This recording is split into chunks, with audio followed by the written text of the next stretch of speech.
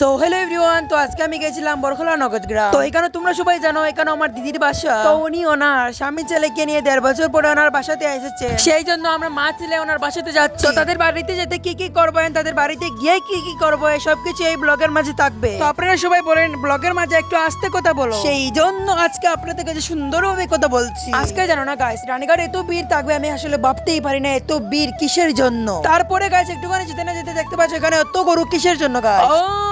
আমি আসলে ভুলেই গেছিলাম আমাদের বরকাই তো চলে আসছে, সেই জন্য আসলে মনে হয় কুরবানির গরু হবে। তারপরে আমি আমার মাকে জিজ্ঞাসা করলাম, মা বললো তুই যেটা ভেবেছিস সেটা। তো গাইস এখানে আমার দিদির জামাই দিদি 1 বছর পরে ওনার বাড়িতে এসেছে। তারপরে গাইস আরেকটা খুশির খবর, এখানে আমার একটা বাইক নাও পেয়েছি। তো এখানে মা বললো চল মিষ্টি কিনে আনি, সেই জন্য মা ছেলে একটা মহলে চলে গেলাম। মহলে গিয়ে মিষ্টির প্রাইস দেখে আমি তো অবাক, কারণ একটা মিষ্টি মাত্র 10 টাকা কি করে হতে পারে? কেউ কি আমাকে কিছু বলবে এটা মহল কোথায় না আমাদের রানীঘাটে? এত সস্তা, তোমরা গিয়ে দেখতে পাচ্ছ ব্যাগ ভরেই সামান কিনে আনতে পারবে। সেই জন্য আমিও মহল থেকে একটু সস্তা পেয়ে বস্তা ভরে আসলাম, একটু তো লেভেলেই থাকলাম তাই না? রানীঘাট মহলটা এখন আবার নতুন, মাশাআল্লাহ মহলটা খুবই সুন্দরভাবে তারা সাজাগুজু করছে। তো ওই মহলে আমি আরেকদিনও যাবো ইনশাআল্লাহ। তো গল্প করতে করতে দেখতে পাচ্ছি তাদের গ্রামে চলে আসছে। তো তাদের গ্রামটা প্রাকৃতিক সৌন্দর্য দিয়ে এমন গ্রাম কি বলবো। তো এখানে আমরা আসার খবর শুনিয়ে দেখতে পাচ্ছি এখানে আমরা আন্টিও চলে আসছেন আমাদেরকে নিতে। তো তাড়াতাড়ি করে তাদের বাড়িতে চলে আসলাম। বাড়িতে গিয়ে দেখি তো আমার বাগনাটা খুবই সুন্দর হয়েছে। তো আমার বাগনার জন্ম হয়েছে বেঙ্গালুরে। তো আমার বাগনার 6 মাস অলরেডি কমপ্লিট হয়ে গেছে। 6 মাস পরে আমি আমার বাগনারে কুলো লইছি। তো তারা বেঙ্গালুরুতে না আইছো না গতকালকে। তো তোমরাও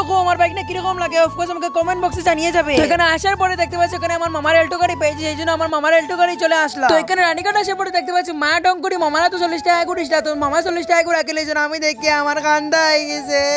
আমি মনে করছিলাম আমার এমনি নিদ্রা। তো গাছ এখানে এল্টো গাড়ি বইতে বইতে গাছ এখানে বাঙ্গা অটো গাড়ি বইতে আমার একদম ভালো লাগে না। তো আজকের মিনি ব্লগ এইটুকু আসে, সবাই আসসালামু আলাইকুম।